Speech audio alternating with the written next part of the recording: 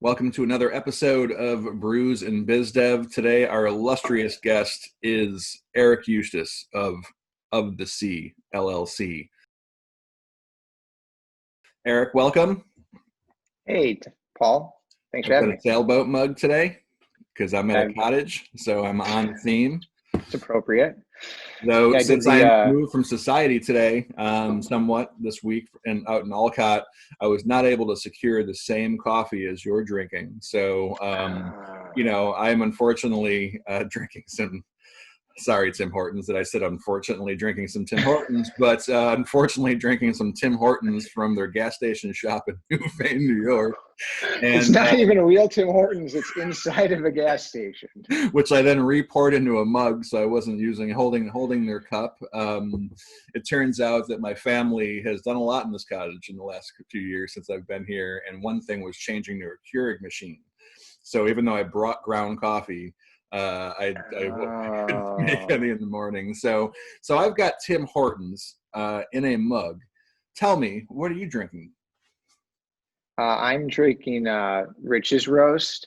It's the roast with the most, as they say. It's from Goodrich Coffee. Yes. Yeah, Goodrich Coffee over there on Goodrich in Main Street, huh? It's not just a clever name. It's also a geographic identifier, you know? Yeah, I was thinking it was probably just a clever name because Goodrich is. Well, it is a little bit of a clever name, right? I don't know if you know Rich Budd, who owns and operates Goodrich Coffee and Tea.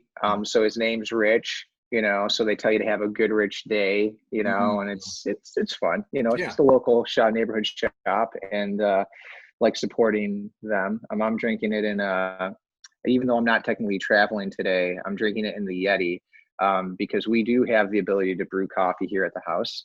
And I find that it comes out piping hot, but it doesn't stay that way very long in a regular mug. So I find this, it's even when not traveling, it's helpful to maximize the temperature. Yes. Yeah. Yetis are popular because they work. Yeah, I guess there's something to that, I suppose. Or it's a brand thing. I also have a Yeti mic. I'm not using it today, but usually in this podcast, I have a Yeti I don't know mic if that's the same company. Yeah, I don't believe so at all, actually. And I wonder if they have any beef about that or not. I hope not, because that's lame. Yeah, it's like the lake effect thing here locally. Yeah, but that's right. Yeah. That's terribly honest of you, though, to let us know that what is actually in your mug, because you could have said anything, right? So kudos to you for your honesty. Yeah, terribly honest, I feel like is a good descriptor of me sometimes, like the terribly particularly. Yes. You know Paul Greiner? Yeah, terribly. He's honest, too. Terribly. A lot of things. But I can identify with the Keurig thing. We also, Meredith's father's side of the family has a place out in Wyoming County.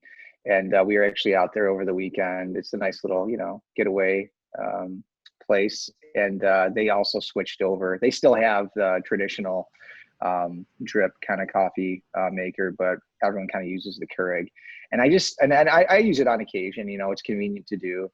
I really have a hard time, I guess, calling it coffee, though. I feel like I don't know, like, and maybe this is harsh and a little bit judgy, and there's probably a lot of people right now that are like, screw that Keurig, I love Keurig, but it's not the same. And Paul, you maybe can identify with that. It just, to me, it doesn't taste the same. It's just a different experience. It's like a coffee-like beverage is kind of how I see it. And then you got the whole, like, the deal with like the pods and then the waste and all that stuff, So for me, I take it nice and traditional if I can.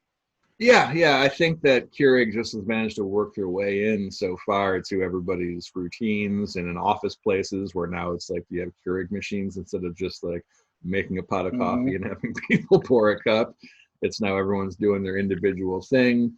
I looked, there was in my closet, I was packing up before I came out here, and there was this, probably 15-year-old small coffee maker, just cheap, whatever, Black and Decker, some kind of a thing in a box that I had used at one point in like my office or something. And I was like, I don't need that. They're gonna, they have a coffee maker, which they do, just not the Yeah, one that can right. make the coffee. And there's no Well, fucking cups. Even if I yeah. wanted a Keurig, there aren't any Keurig cups, So so I what's the had to deal? Is go it get coffee. that's yeah. Well, I guess there are worse problems to have. No, And no. maybe this is just a sign that you should find your way out to the family cabin or cottage more often, and then you won't be surprised by these, changes to coffee protocol. I like that interpretation because I've been enjoying myself since I got here sometime yesterday. Not a lot of work getting done, but I kind of knew that Hmm. was going to be the case. This is semi get out of the Yep. house and away from some people that I've been around for Yep. 3 months solid. Bring the one dog. He's taking to it pretty well, and that sound of water is miraculous for just, it's like the only time I can come out. I don't grab for the phone. I don't go to Mhm. put on, YouTube or music, especially the loud cacophony of noise kind of music that I tend to listen Mhm. to. It's just like totally Mhm. chill and just relax.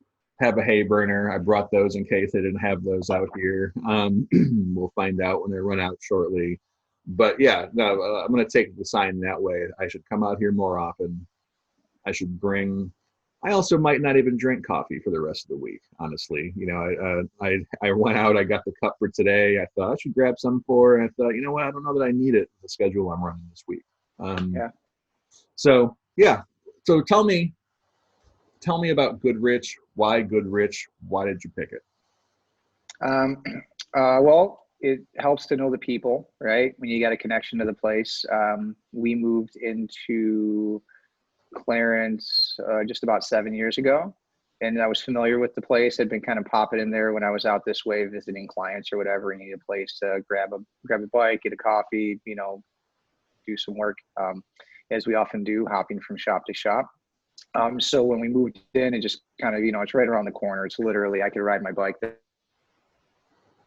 Have done that before.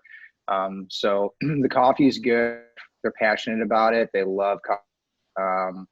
And they love people. And just like I was saying earlier, that whole have a Goodrich day, like just just little things like that. You order through the drive-through. Not everyone does this anymore, but you place your order and they would tell you to come on down to Goodrich Town. And that was the signal to drive forward. I mean, you're literally driving like 15 feet, right? Right. It's like, come on down to Goodrich Town. It's just stuff like that. They have a sense of humor. A lot of, they do a good job of hiring. They got a lot of young, excuse me, I'd say, it looks like a lot of kids from the Clarence High School and stuff, but they always have solid people. They're always friendly. It's always a good experience. So, and the coffee's really good too. It tastes good. So, that doesn't hurt either. Yeah, that's pretty important. For a coffee shop, it's, Yeah. if you're into that sort of thing, coffee shops that serve tasty coffee. Yeah, when you know people who put out bad coffee or food, then that's a problem because you want to shout them out, but you really don't want to be associated with the product that they're putting out. I've Yeah. had some friends in restaurants that are similar. It's like, yeah, no, I wish Yeah. you the best, and I won't be recommending you out loud, Yeah. but I mean, I Yeah. really do That's, wish you the best. those are tough businesses to be in. They Mhm. really are. I mean, there's so many variables, so much you're relying on other people to get it done, Yeah, which is true, I guess, in a lot of businesses. But yeah, I feel like restaurants, coffee shops, those types of places, not easy places to run successfully, especially and to not late. actually be, yeah. Yeah, it's been hard to, I think, to be a restaurant lately in a coffee shop. I think the coffee shops, I guess it depends though, right? On who it is that's in charge of the place and how they reacted to it. Some I think did a better job than others in terms of taking to the whole curbside takeout, getting creative about things and doing that. So Hmm. Yes, yeah. Some did a way better job than others, that's for sure. And my little community coffee shop, Jam, which I think you're aware of, is yeah. they've managed to stay up and running, and they managed to figure their stuff out and sell out their baked goods every day and keep operating. So, obviously, I've tried to help with those kind of things and tried to spend as much money, regardless of circumstances, where I could to support the businesses, which I think a lot of us Hmm. have done. Picked our favorite Yeah. and just gone in and I don't know if I should even be getting takeout today, but this place wants me to, so like let's do it. Yeah, right. Um, Yeah, I know that Jam they're sure also, they want you to. Yeah. yeah, we're a community, it's a community owned, it's an interesting model there. And I know that we had talked about it a couple months ago or something like that, right? Because you were starting to get involved in this or create this fueling the front lines. So Hmm. Hmm. it's a beautiful project story. So why don't you tell us a little bit about fueling the front lines? Yeah, sure. So when was it? Probably right when things were starting to shut down, and we were considering what are ways that we can be active in this time. How can we stay relevant, of course, but also how can we, help the community? Where are the needs? What in what way might we step up? We had some brainstorming sessions when we were still in the office about different things when we were able to still do that, and came up with lots of ideas. But this idea didn't come up until probably a couple weeks after that. So we were already kind of in shutdown. Everyone's working from home, and one of my employees, Kaylin Zarowski, said, "Hey, I got this idea. What if we did an illustrated poster of various coffee cups from the different shops, the local shops around Buffalo?" And what if we were to try to somehow monetize that poster, sell it, and try to get those funds to the coffee shops as a way to support them, get them some attention, and get them some money. And I thought that's a cool idea. I think she had seen someone, not in this time, but in the past in New York City, had done something like a illustrated coffee cups of New York kind of poster series. And so it's kind of trading on that idea. I was like, oh, there's something to that. And so we enlisted the help of Rory Allen, because we knew we'd need to be able to print and fulfill this. And that's not something obviously we were going to be able to do.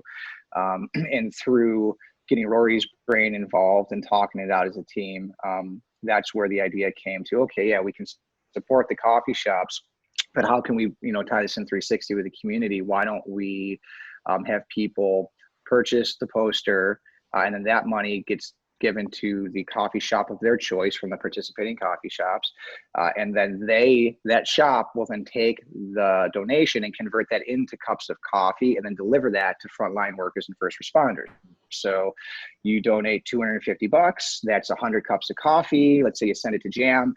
You also get to choose which frontline organization or first responders you wanted to send it to. It's this hospital, it's this grocery store, it's this firehouse, whatever the case might be. And then we said, that's cool. But not everyone may want to swing a $250 hammer, but still wants to participate and support frontline workers and their favorite coffee shop. So then that turned into also being able to Venmo. So we got Venmos for all the shops, and we said, make a $25 donation, and that'll get 10 cups of coffee donated to the Frontlines organization of your choice. And the coffee shops there, I'm sorry, for that one, it wasn't the organization of your choice. You just gave them the money, and then they would pull together when they got 10 of those 25s, that's 100 cups of coffee, and then they would send that out.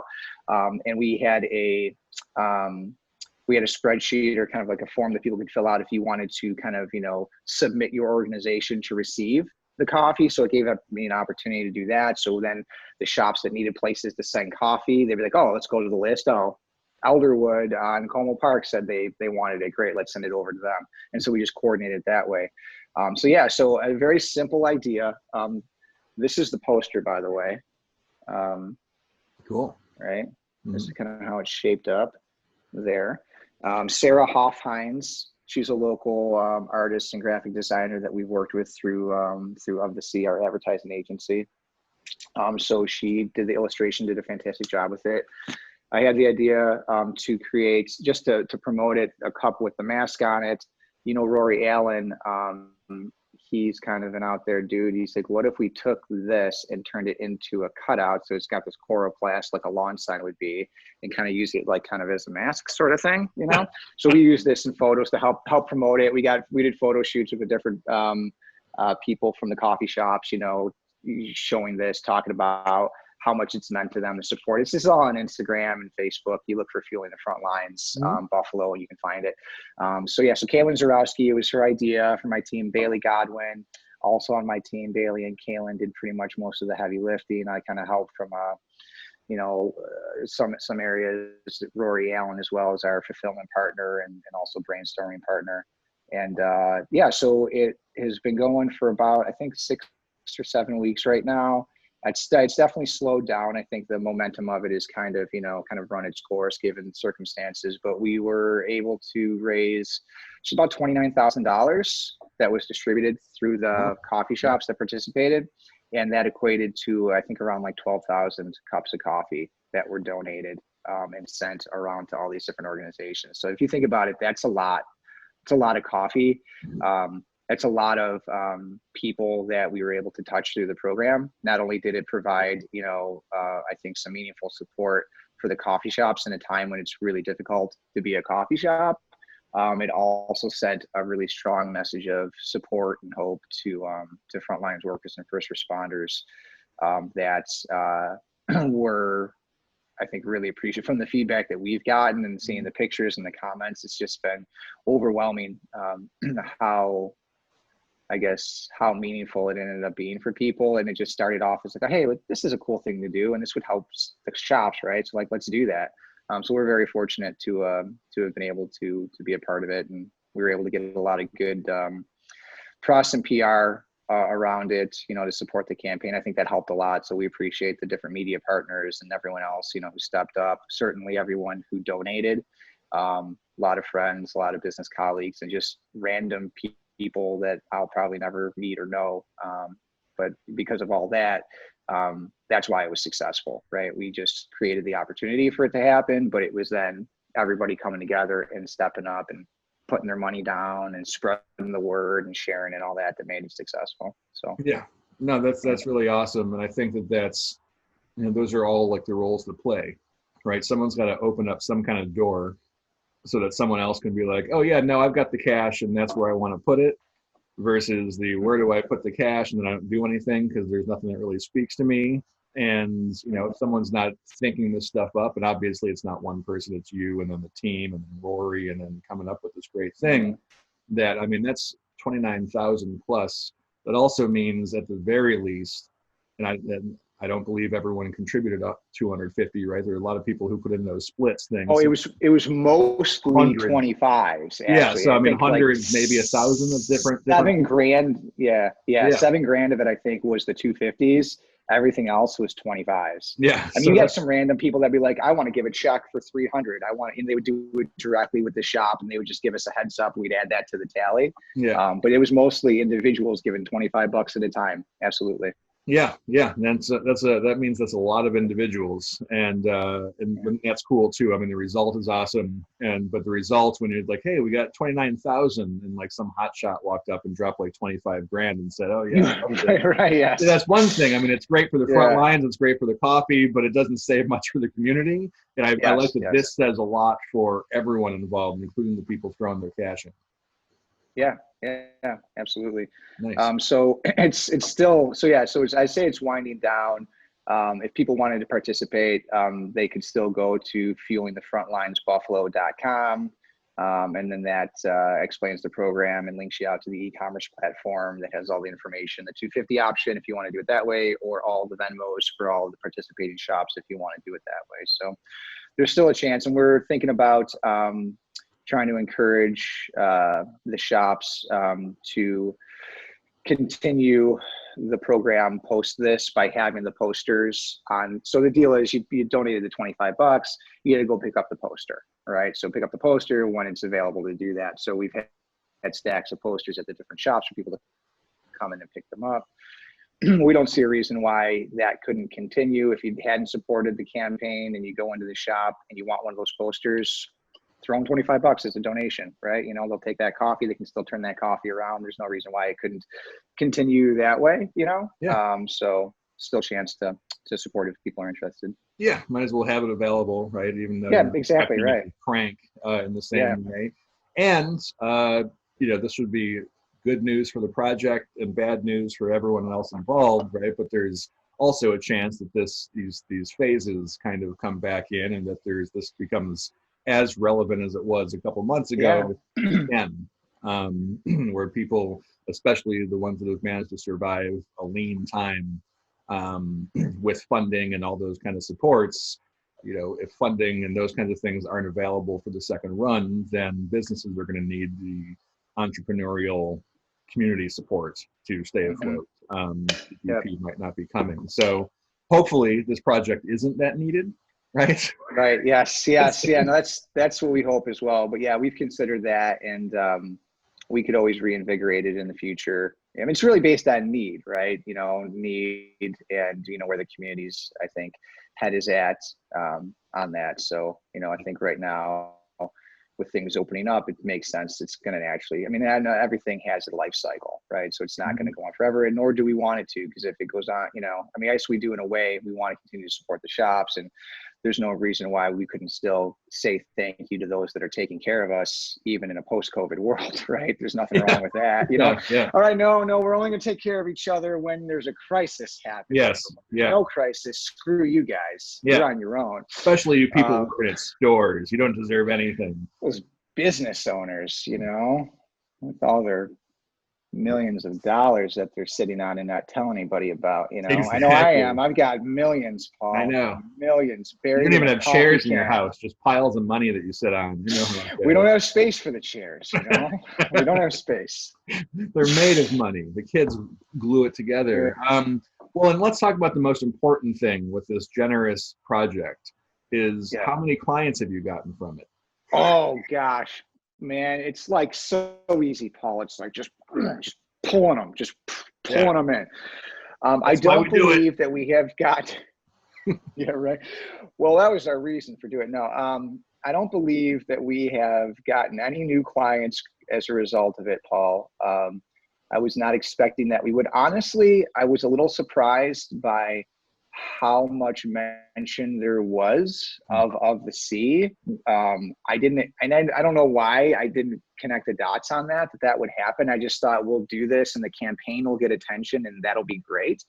But people wanted to know who was behind it and whatnot. So in the different interviews that were happening, we were able to get some attention from that, so I'm not going to say no to that, but it certainly wasn't expected. And I mean, I think things like this, they do elevate your profile and they show that you're a member of the community who's trying to participate in positive and healthy ways. And I think that comes back around. Yeah. I mean, I think in some way we have probably new connections that we didn't have before. And will that lead to something? Yeah, it probably will. Because that's what happens when you make new connections and you bring new people into your circle, right?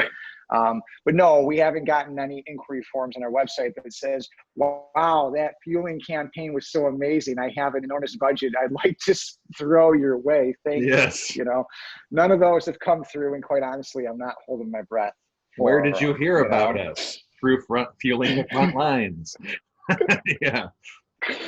Oh, really? You don't say, Right. With that kind of, And obviously I'm joking. Anyone who be listening to this would know from they've been hearing my shit long enough that I'm joking because I've made fun of already plenty of all the COVID hacky techniques and these are unprecedented times and then here's our discount for you and stuff like that. Our unprecedented discount. Yeah, exactly. Except the discounts are often very precedented.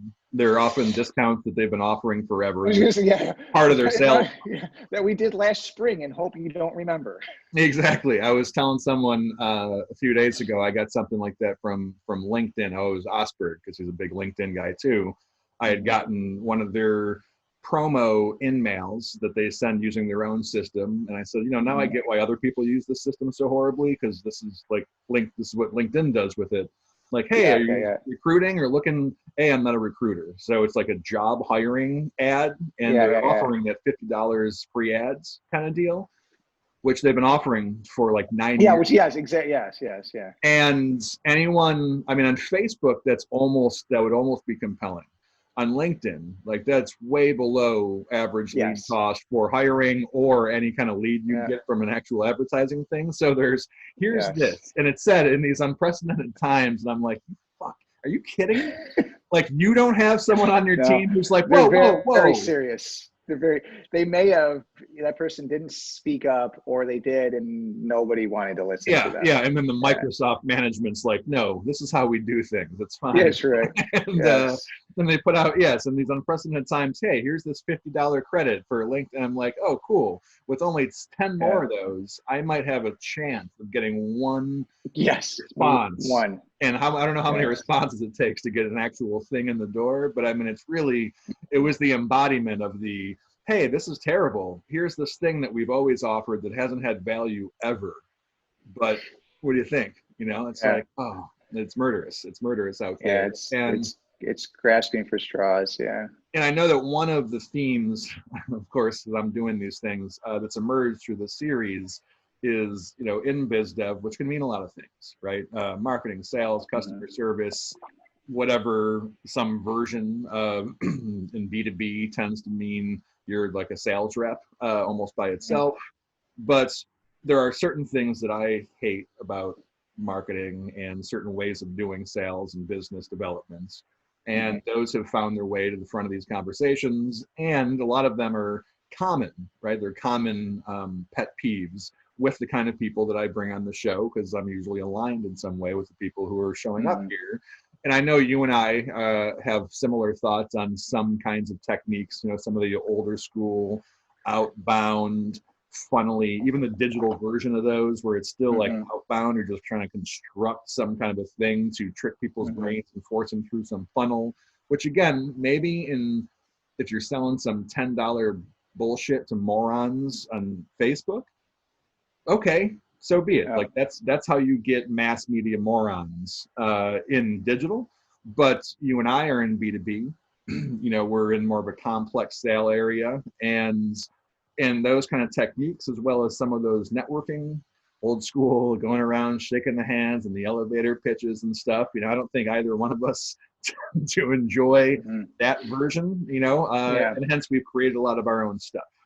So tell me about, and whoever's watching, about, what are the things that as you went from Entercom, right, into, from a world of just selling stuff, and then into the world of like, okay, here's my own agency, and here's what we're going to specialize, and figuring out, there's you, there's certainly other people have been in BizDev and in your company, and over the years, just tell me about, like, here's what you kind of learned that is not a fit for you, right? Like, here's the stuff you had to like let go of or never even try, and then what you've had to create in its place that actually works for you, your style, and your offer.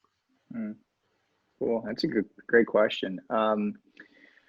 So how long do you want this to take, by the way, this answer? Here's the answer. I was gonna say, some of these episodes have been 25 minutes. I did a 2-hour one with Steve Colton last week that's coming out today. So, you just go, and if the internet dies, so be it.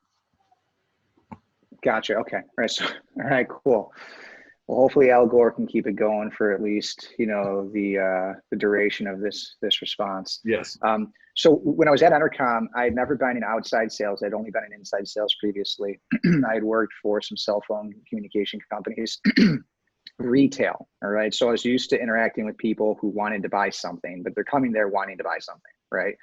Totally different than having to build a relation, and not a terribly complex sale, to the point that you made earlier, right? So when you're dealing with more complex sales, longer buying cycles, much larger dollars, I get into Entercom, and if you want to have a radio advertising campaign that's effective, you're going to be in this market, you're talking at least multiple 5 figures to get started. All right. To be able to, for the most part, and most of the clients that we end up dealing with, that I enjoy dealing with, have long product purchase cycles. So that just being I know you're familiar with it, but for the audience, if you think of it like a dartboard, the bullseye, those are the people that are turned on for your products or service today. If you get in front of them, it's mostly luck that you're in front of them, but you're in front of them, they're about to make a purchase, and they might choose you. The thing is, most people, when they get to the bullseye, they are going to go with who they're familiar with and who they feel best about. All right. That's just the point of advertising, by the way, is to get people to be familiar with you ahead of time and to feel better about you than they do about other people, so that they remember you and like, oh, those are the people that I like. Right. So if the dartboard, the bullseye of the people turned on for your product or service today, you've got everyone in the outer rings, and that might be 3, 6, 9 months. That might be 3, 6, 9 years, depending on the product that you're selling, right? The idea is everyone's inevitably moving towards it. But the kind of advertising that we do and that I did at Entercom is for businesses that have long product purchase cycles, things like roofing, things like fitness equipment, things like financial services. How often are you making these decisions? You're not making these decisions once a week, once a month, once a year. It takes you years to get around to making these decisions. So that's kind of the way my brain has always worked. It's like, that makes sense to build relationships, right? To get in front of them before the purchase point, right? So that you can add value to their story, show them some sort of connection. We do that through values, through worldview, through personality, and all that sort of stuff.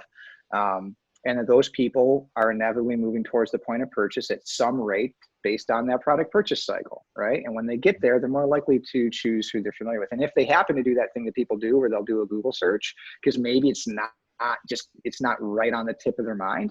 They do a Google search, and then they see you. You don't even have to be the top ranked website. You just have to be somewhere on there, because your brain is going to naturally pick that out, right? Your brain likes that, all right? And it's like, oh yeah, those people, that's right. I do want to do business with them, and they're going to call you. So at Entercom, that's how it worked. It's how the product worked. But they did expect you to like pick up the phone, right? Smile and dial, make cold calls, get in front of as many people as you can. It's a numbers game. And to a point, I can understand that. It doesn't work well with my personality. I have a friend who kind of described it as like cold water versus warm water.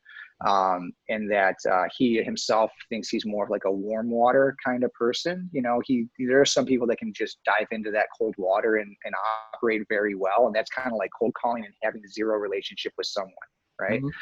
And there's the warm water people. I consider myself one of those. I do better when I have some sort of relatedness. And I think that probably all people do better when they have some sort of relatedness, but some people have a hard time, I think, when that's not the case, right? So it started looking at like, well, how do I create those types of opportunities and relationships? And that's when I started to get into networking way back when. Joined various, networking organizations, committed to those, put in the time inside of those organizations to add value, to work the system the way it's supposed to be done. And I saw some results from that. I definitely was able to build some relationships. It actually benefited me more though in transitioning into starting my own advertising agency though, because there were a lot of people that liked what I was saying, that wanted to work with me, but didn't feel like they had the ability to come up with the budgets perhaps for radio advertising or whatever the case might be. They wanted more holistic help with their marketing and their advertising message. And so when I made the shift from Entercom to Of the Sea, that did open it up to a lot more people, and more people wanted to work with me as a result of that. So I definitely saw it, and that paid off. But from being in this group and having these relationships and getting people to trust you and see you as an expert in your field, and hearing success stories along the way, right? All the typical stuff that we know makes people like trust you and feel good about you. So I did that for a bunch of years, and then as the business grew and it got more complicated operationally, I found myself with more competing priorities, and I needed to step back from the heavy networking that I had been doing to kind of focus more on the operations of the business. And that did come at a cost that definitely, had an impact at a certain point where things started to catch up, where I wasn't getting out as much. I wasn't getting in front of as many people. And I noticed that the opportunities were not as frequent, right?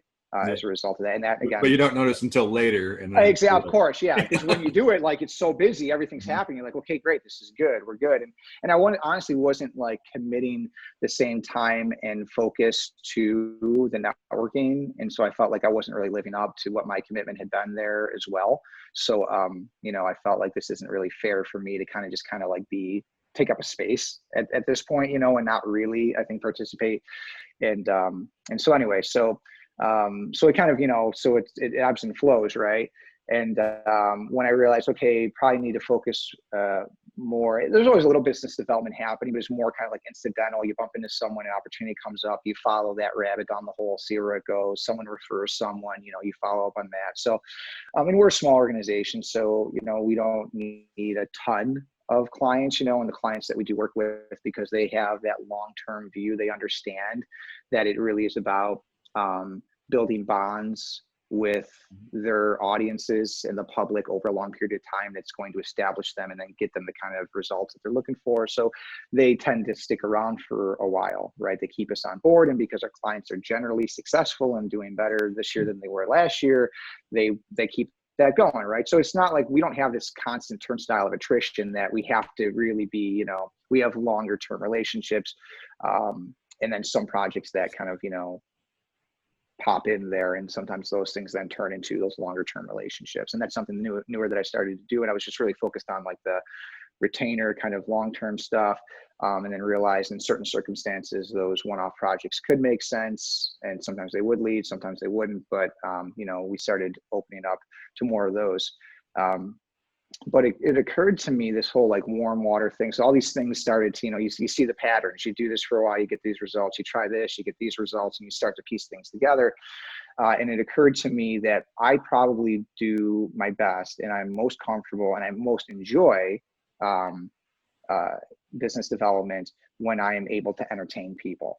I really enjoy entertaining people. I like the performance element of it. My personality kind of lends itself to it. I get a lot of energy out of that as well. So like it's an exciting thing for me to do versus having to force yourself. And sometimes you just got to do things because they have to be done.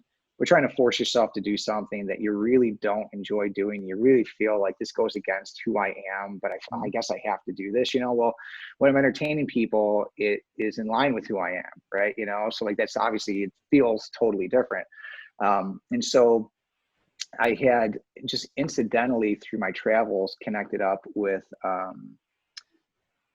the whiskey marketing school out of Austin, Texas, because I had been traveling to the very same place in Austin, Texas.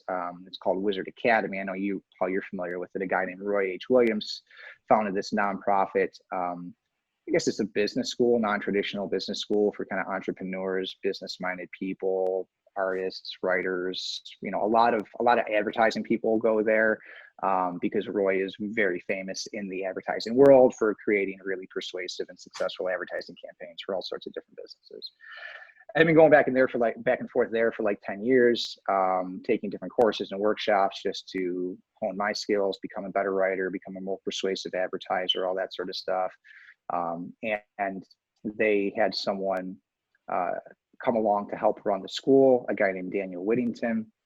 He is also a musician. He had traveled with his band a bit, and he had spent some time in Europe, and he really got into European whiskey, Scotch and Irish whiskey.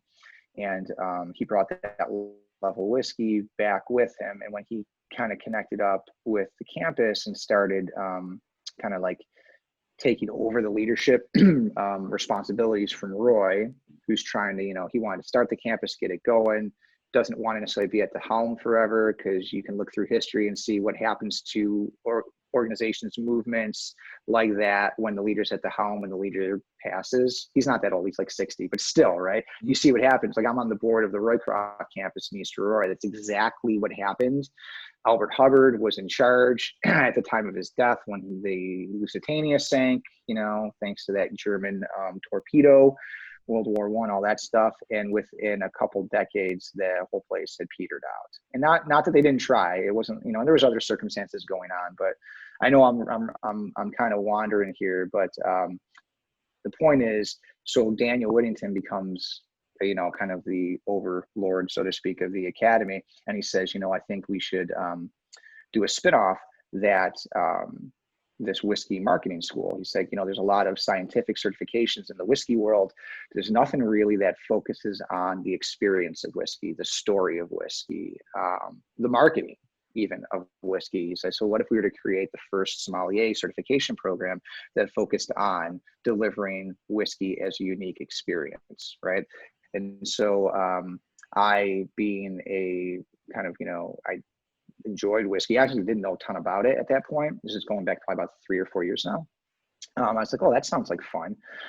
So I checked it out, and I did level 1, and got certified, and realized how deep the whiskey well is, and how much variety, how wide it is as well, right? How much variety there is, and me being, being a writer, being someone who's very interested in story, like there's so much story, around whiskey and whiskey culture and all that sort of stuff, whiskey history.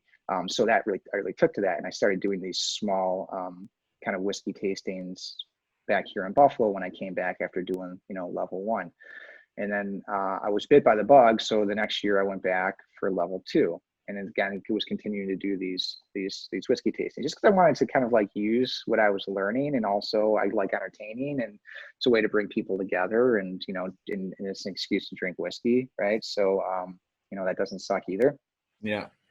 So it occurred to me, what does this have to do with business development? It occurred to me that people were into this. They were having a good time. I would repeatedly have people ask me, how often do you do these? Could you do one for me? How much would you charge? There was no business in it at that point. It was just, again, something I was just doing to hone my chops with it, figuring like it would probably lead somewhere. I knew it was probably going to lead somewhere. I just didn't know exactly. This is what you do. You follow the rabbit down the trail, right? Or down the hole. So it eventually occurred to me that there's a business in this whole whiskey experience thing.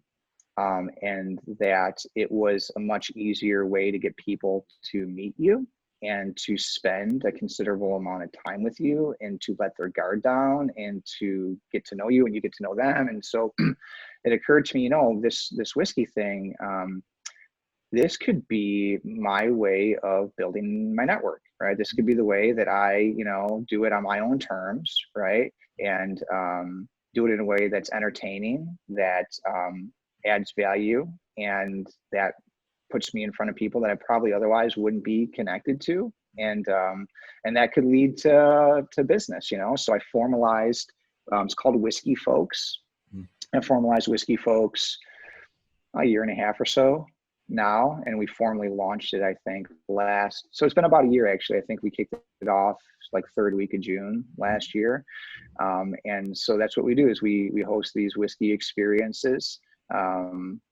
10 people, 20 people, 25 max. The ad agency space that I have converts really nicely to kind of a social kind of space, just the way that we didn't, again, design it that way, just kind of like worked out that way. So we have the space to use to do that. And it's led to some really good connections, and it's helped to some people that I had been, kind of speaking with for some time about the potential of, doing business, them hiring us as an agency. You could use that as an opportunity to invite them to, to have a good time. And that's led to kind of nurturing those relationships. I've met some people that have approached me and said, hey, tell me about this other thing that you do, this advertising stuff. We might want to talk. So it's created some opportunity, and it's definitely expanded my network that way. And I've met a ton of new people from it. And so I've got this kind of parallel track now where this Whiskey Folks thing is, I'm developing that and growing that. And the vision is that I would be able to do more of those things. And by building up this network, it'll naturally lead, because these kind of worlds for me intersect, right? It'll naturally lead to feeding some of this. So that's kind of the vision, is that, and I still do, you still do stuff like this. You still do other events and other things, you don't, put your eggs all in one coffee mug, so to speak. But I think it's shown so far to have the potential that I thought it would have. I mean, obviously right now it's a little bit of a hiccup because it's harder to do these types of whiskey experiences. We're looking into what that could look like. But even just doing like this, I've been doing a weekly Zoom hangout. We just basically call it nonsense, and we just talk. Everyone brings their own whiskey to it, and we talk about life. It's not necessarily business related. Sometimes someone's occupation might come up and someone might ask about that, but it's pretty casual. But again, it's just another way to continue to bring people together, to continue to nurture and build that network. And and all of these things, because it's like you can't control the results, but you can control the activity, right? So it's having enough activity and putting yourself out there that leads to things happening. So so that's kind of the evolution of business development in my career, and kind of where it's at right now. And I would imagine it will probably still shift, as we learn more. Again, like that process of seeing what happens, figuring that out, trying some things, seeing what that happens, Yeah. But all of that Iterating. has led me to, exactly, yeah. But all of that has led us to this point here, which is the creation and existence of actually an entirely different business that in and of itself is profitable, as a potential feeder for this other business, which is even more profitable, so. Nice. No, that's very and a unique track, right? But I think then there's the lesson in it or whatever, which is important to distill and pull out for clips and stuff later in these conversations. But is really about building your own thing based on a combination of strengths, things you like, or at the very least don't hate, right, and actively resist. Then what will work given who you're trying to reach and connect with and all that kind of stuff, right? Those three kind of things. There's enough stuff going on where, and this is different in Buffalo. And if we say now, not meaning right now where everything's shut down and nothing is working or whatever, but say 3 months ago, there's a networking thing you can go to every single night of the week and then some, even in Buffalo, New York. Yeah. And most of them, for most of us, are awful. It's the reps doing pitches and all those kind of things. And, I know that that's where for you from the intercom and, B&I and those kinds of things where you're in those groups and the structure of it. And then my experience is hopefully you grow out of that, right? Especially if you're not just a rep in a large business, maybe you don't grow out of that, but if you're owning something, you're running something, managing something, to get into bigger rooms, we used to say, and then better rooms. And then it's like, create your own fucking room. Like if you don't like the people in the rooms, you don't like what they're doing. I know I've created a number of those kinds of networking groups and a bunch of other random things, and then stuff like this, which is pretty simple. And I was just talking, and I think Jennifer Murphy at Net Plus Alliance. Yeah. That whole crew, right? Yeah. Her and her husband were actually at one of our whiskey experiences. Yeah, she had mentioned that when I chatted with her a couple months ago. I did one of these. It's not out yet with her. Probably will be out. It will be out. Yeah, she's great. It's actually out.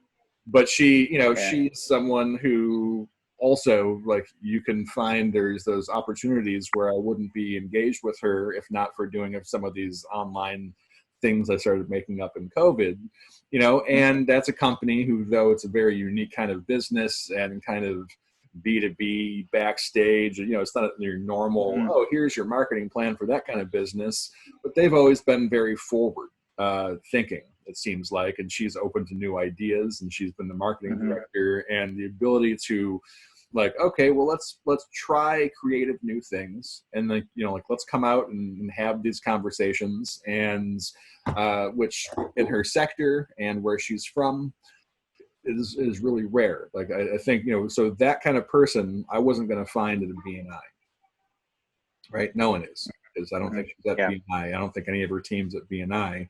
So you've got to be able to create some kind of a thing that could be simple as something like this. But this is, in the world of where can people start, here is the easiest place, right? Like we're stuck inside, then start on Zoom and then find something that's actually unique or fun. My experience lately is that just in business info, obviously it's everywhere anyway, and people are so kind of got a level of heaviness and all this stuff going on that, like, I'm not going to read an ebook or I don't think people read that shit anyway, but I'm certainly not going to read one now. Like, I'm not going to just go through like business information, because there seems to be a mix of, like, I also want a little bit of entertainment, right? I'm always like that personally, but more people are like that now, because, like, cool, that's useful and fun and kind of distracting, right? So it's not just business. I'm also kind of checking out of the insanity of my general environment Mm-hmm. by doing this. And so whether that's walking into a whiskey tasting, some kind of experience being created, that's having a Zoom conversation while drinking a beer or having a coffee or whatever it is, and then being able to talk about that kind of stuff.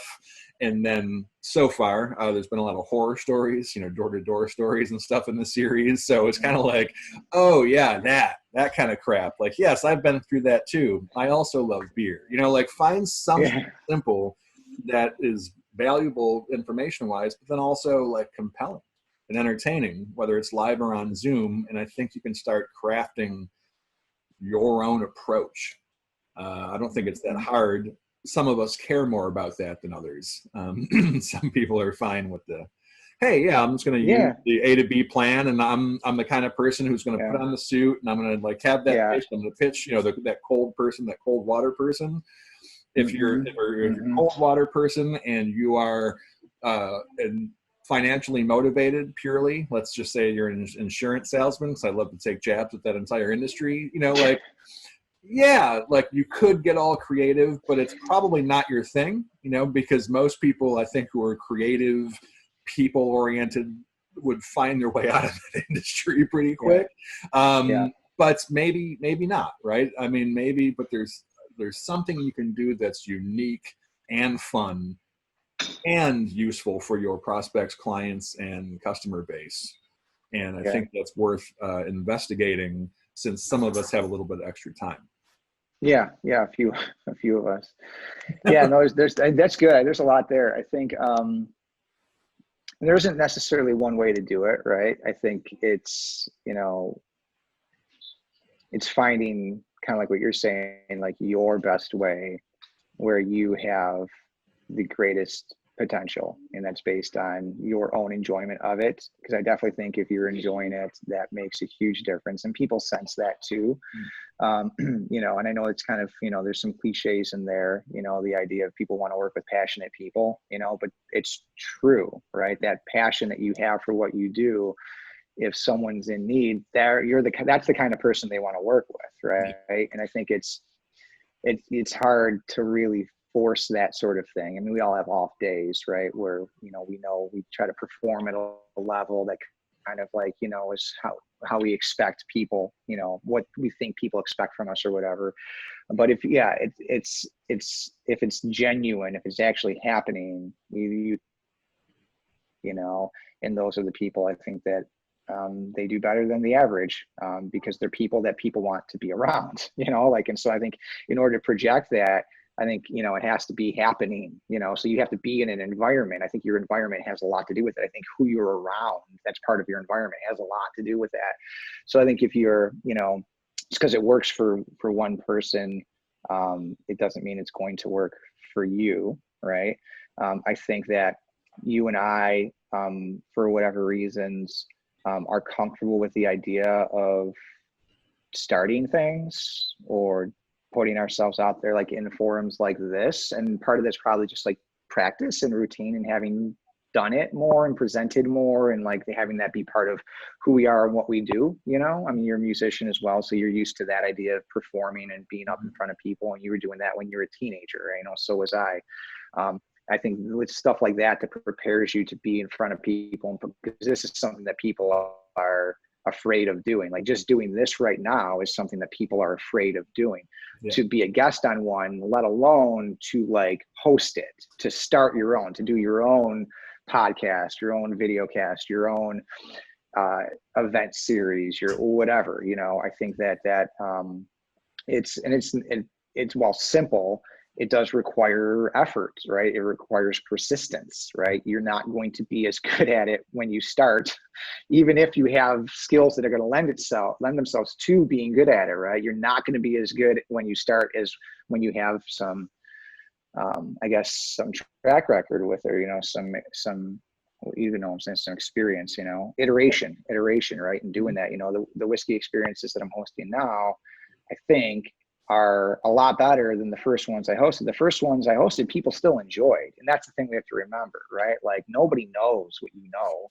Nobody, like you're the only one that feels like a charlatan, like, well, you know what I'm saying, right? Like you have that part of me like, is this like, who the heck would watch this crap? You know, it's like, no, really, there are people out there that will watch this crap because it's not crap is the point, right? We think, oh, I didn't do that as well. I wanted that to be better. Like, and these are all the things that like, I think prevent people from doing things, right? Yeah. It's this, you know, and I'm a perfectionist, I'm an idealist. And so I have a hard time with things not being as good in reality as they are in my mind. Mm-hmm. And that's something that I've had to, I think, kind of deal with, you know, do business with, is that nothing's as good in reality as it is in your mind. Like that's the kind of the cool thing about your mind, like how powerful and magical your mind is. Mm-hmm. But you can curate this thing in your mind that is flawless, and you get the flawless positive emotion of this vision, this image of what could be, and then you go and do it, and it's just hard work. And there's details and bullshit and things you don't want to have to handle. And it's like, I'll tell you, like, we were a little naive, I think, going into the Fueling the Frontlines with coffee campaign, because none of us, I think Rory had a little bit better look at it than we did, but we had never really done anything like this before. No campaign like that, nothing that really had that many kind of moving parts. And so we learned a ton, which was great. It was a great learning experience. And obviously a lot of good came out of it. But if we had, I think, fully appreciated what it was going to take and how time consuming it was going to be, and we probably would have chickened out. Maybe we wouldn't have. I'd like to think that we wouldn't have, but I know myself better than all of you do. So we probably would have been like, gosh, this is a lot of work. Does this need to happen now? Let's just go focus on something else that's going to make us money. You know, let's focus on something that's going to, whatever. So I think that's good, right? So sometimes I think you just got to do it, right? And that's not for everybody, but I think it's for more people than maybe people think, right? Yeah. And it's all about choices. So I think it's like, going back to that, it's doing things, it's activity. TJ, Maraca, and myself are doing this thing on Instagram Live. We've been screwing around with it for going on 2 months now. We call it windshield time. It's probably one of the lamest things happening on Instagram on Fridays at 3 p.m. I mean, honestly, like, yeah, it's that bad. That sounds pretty lame. Well, Paul, you should watch it. If you can get through more than 5 minutes, let me know. I think I might have popped on for 2 to 3 minutes at one point. What is this shit? You and TJ ruminating on the nature of time. I was like, you know what? I think I'm going to crack into a beer and do. Yeah, I don't know if I have time for this. Yeah, so we've been playing around with it. It was, again, this is one of Kaylin's ideas was, hey, what if you were to do, just looking for different things to try. What if you were to do some sort of, Instagram Live thing, and I said, that's a good idea. And then I thought, TJ would be the guy to do it with, just thinking about, the friendship that he and I have. And we often, on our ways home from work, when in the days when you would go to an office and then have to come home and it would take you 20 to 30 minutes to do that. Mm-hmm. At the end of the day, we find ourselves, we've got windshield time, right? You're driving, you got windshield time. And we're just talking. And when you do that, you're just talking about random things, right? There's no real agenda to it because you're just talking until someone gets home, and then you sit in your garage for another 5 minutes and talk about how you got to get off the phone because your kids are staring at you and whatnot. It's just, this is what it is.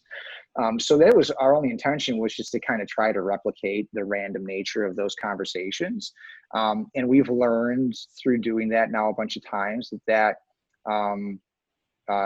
doesn't necessarily work well. If you want an audience of people to kind of like stay with you and be engaged, right? Like it's not that simple. And then, not that we thought that this was going to have some sort of like huge following. We just didn't have much of a plan going in. We're like, okay, we can do this. It's pretty simple. We know how to talk to each other. Let's try that.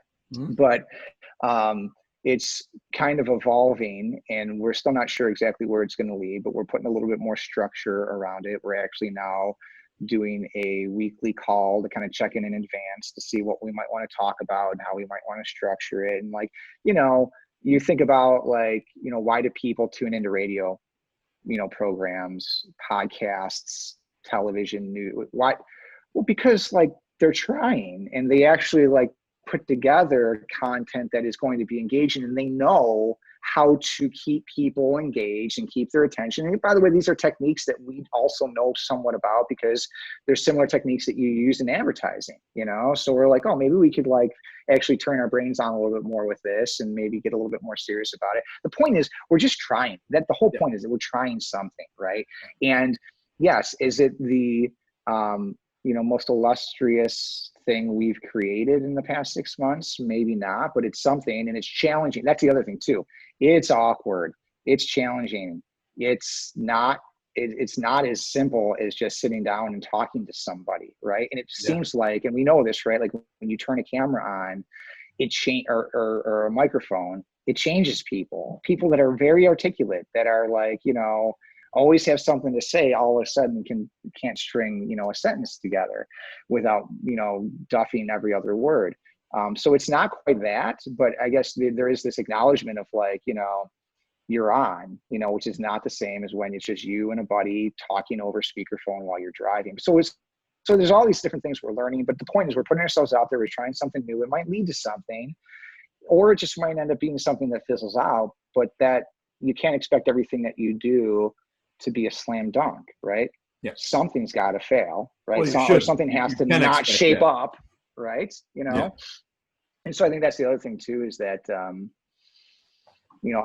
constantly trying to remember is, what is the process, right? What does it look like realistically? What should we be expecting when we're creating things, when we're trying new things?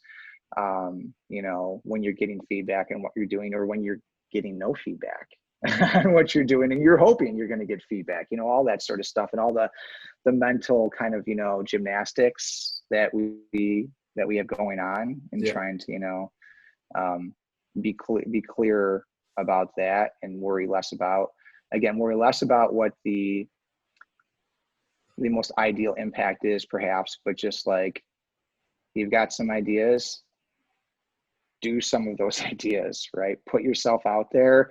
You do that enough times, something's going to come of that, right? You may not be able to map it or anticipate it, but something's going to come of that. And like and people don't always let you know, as we know, but everyone in marketing wants to know, how did you hear about us? Is the question. I hate that question.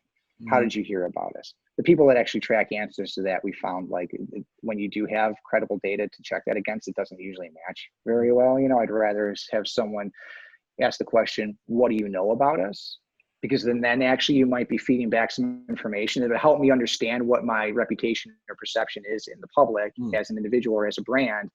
But also they might be saying the types of things that we're talking about, right? Maybe it's language we're using in the things we're doing, or the advertising we're creating. I think that's a better test. But I guess the point is, again, all of these things are going to lead to something. You just got to be doing things, right? Yeah. And turn off that little piece in your brain that wants to measure every single thing that you do, and wants to, like, how many calls did you make today? And what did that lead to? All that sort of stuff. You can't measure things. Everything can't be measured that way, but that doesn't mean that they're not worth doing. And that if you don't stick with them long enough, that some good things aren't going to happen. You just may not hear how that happens. Someone might end up connecting with you for any number, for any outcome, and not tell you, what, I'd seen you doing that thing and I was impressed by that. Oh, you mean that IG thing that we did for 3 months and then decided to get rid of because we thought it was a complete flop? Like that thing, like that could be the thing that makes a difference, right? How the hell do you know? Yeah, no, you got to do stuff. You just got to do stuff. Go out and do stuff. I'm going to boil down the points here, and then we'll move on with the day. Is get out and try stuff. We have the tools, we have the technology, even if we can't be in a room, right? Try some new things. Envision it, and even if you're a bold visionary, then that vision, know that it's not going to come true the first 80 times or whatever it's going to be, right? So get prepared to fail. And I know that particularly I come up with ideas that I think are brilliant every time, obviously. Your ideas are brilliant. Yes. Nothing I've ever done literally has matched what I thought it would be in my head. And that's something that's hard for me, because I have what did someone say a couple of years ago and really nailed it, a real caustic viewpoint. It's like externally, internally, right? It's like it's not really that nice for me ever at a baseline. And so for someone, but I still will I'll still try something, get feedback. I will think it sucks no matter what everybody says, right? And I've had plenty of those kinds of things. It's like, this is awesome, this is great. I'm like, well, where the fuck are all the people? Or what, whatever it is, there is something that my brain won't let go of. I did actually recently for the Parkside Community Association, I got Tommy Lombardo of Lombardo's Ristorante Lombardo to do a Zoom. They did like meal kits. They were they still are, but that was one of their pivots. And their meal kits are delicious, but they're easy, which is shocking for us. Like Megan made one, like she couldn't execute Get Fresh because it seemed too complex, and she just doesn't have that point after point thing. She nailed it. And so we had him do one for the neighborhood. And we're like, yeah, like let's get the word out. Like I set it up, and then here it is. Like now you put the word out, and this is going to be great.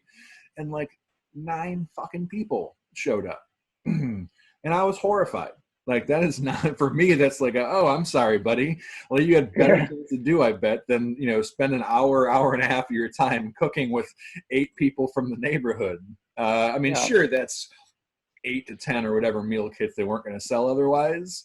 But so for me, and everyone's raving, this is a great, thank you so much, Paul, this was delicious, we're gonna get some more of these. Tommy was like, thanks for, and I'm just like, yeah, no, cool. And in my head I'm like, no, this sucked, I'm not gonna try that. This is a complete failure. Yeah, we're not gonna botch the marketing on this next time, buddy. Okay, let's do it again. And of course the second one's always a little bit lower.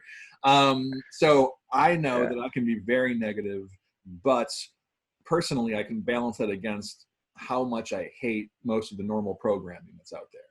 Like I don't like that stuff. I'm willing to put myself under my own scrutiny and come up with an idea and start doing it even before I've gotten feedback, which is where my best things have come from. Also not so great things, but self-awareness, like knowing like, here's how I'm going to respond. And so it helps maybe to, if you're not the caustic type or if you're not the initiator type, get someone who is, right? Find someone else. Like you and TJ have a certain dynamic. And it's not because you're doing everything the same or you're the same kind of person exactly. You have certain conversations that overlap, and then different styles of operating. Get someone else that find some idea of yours somewhat interesting, and it's like at least willing to like, cool, yeah, I'll come in on that, what can I do? And then you iterate, right? Then you iterate, you figure it out, improve it as it goes, or you figure out with one that it's a total flop. But you're not going to have a perfect thing that first time. You're going to want to improve it. And yeah, I think it's a better mindset going in, knowing this is iterative, not like an excuse for it being crappy, because that's a pitfall as well. When I could never prepare at all for any of these. And you still have to be try. Like, no, man, I'm winging it. Try. That's what I like. And I do like style. That. You and I could wing a conversation for the next 4 fucking days straight, probably. But like you said, is that compelling? Yeah. Is that what anyone wants to observe? Probably not. Correct. Start something, find someone that balances some of whatever your personal pitfalls might be, and then get out there and try stuff like doing these when I don't have to do even the very simple editing afterwards. I'm not doing the graphics for the fronts. Like these are, if I was just doing these on my own, they would not come out even as good as they are currently, because someone else is doing graphic design, someone else is doing things. People are interested in this because of stuff I've done in the past. There's a whole lot of other people participating that goes into what looks like I'm doing a series. And it's not. Like it wouldn't look like this. It probably wouldn't have existed even this long if it was just me. So find someone that you can, even if it's not a formal team, like someone you just know you can work okay with, right? And then like try to do something together. I find that easier. I find it's a great suggestion. If you drop a ball, maybe they are able to pick it up, right? Kind of a thing. Maybe not. But in the world of, if it's a struggle for you to normally start things on your own, then cool. Are you a detailed shit? What if it's wrong? What if it's going to turn out awesome? Get yourself an initiator and then team up. So, it's great advice. Yeah. And I think we should probably wrap up because I don't have no idea what time it is because I'm a show manager like that. Oh, we've been going over an Yeah. hour. Cool. It's going to be a Yeah. small Yeah. I video. think this is probably a good place to break. I mean, we got some stuff in there, and Yeah. if we haven't said it by now, it's probably not going to be said, you know? Yeah. We'll just start repeating and then it really gets old. Yeah, exactly. Who here wants to sit through another hour of this, but slightly different? Slightly different. I'm going to switch to beer. It says, it's brunch time already. So I'm going to Yeah, switch. it is. It is almost 11. Yes. But, and I do want to down the line, have a whiskey kind of version of one of these episodes. So Yeah, that would be fun. That'd be fun. Yeah, we'll do that later in the morning. Yeah, I know a guy. Let me know.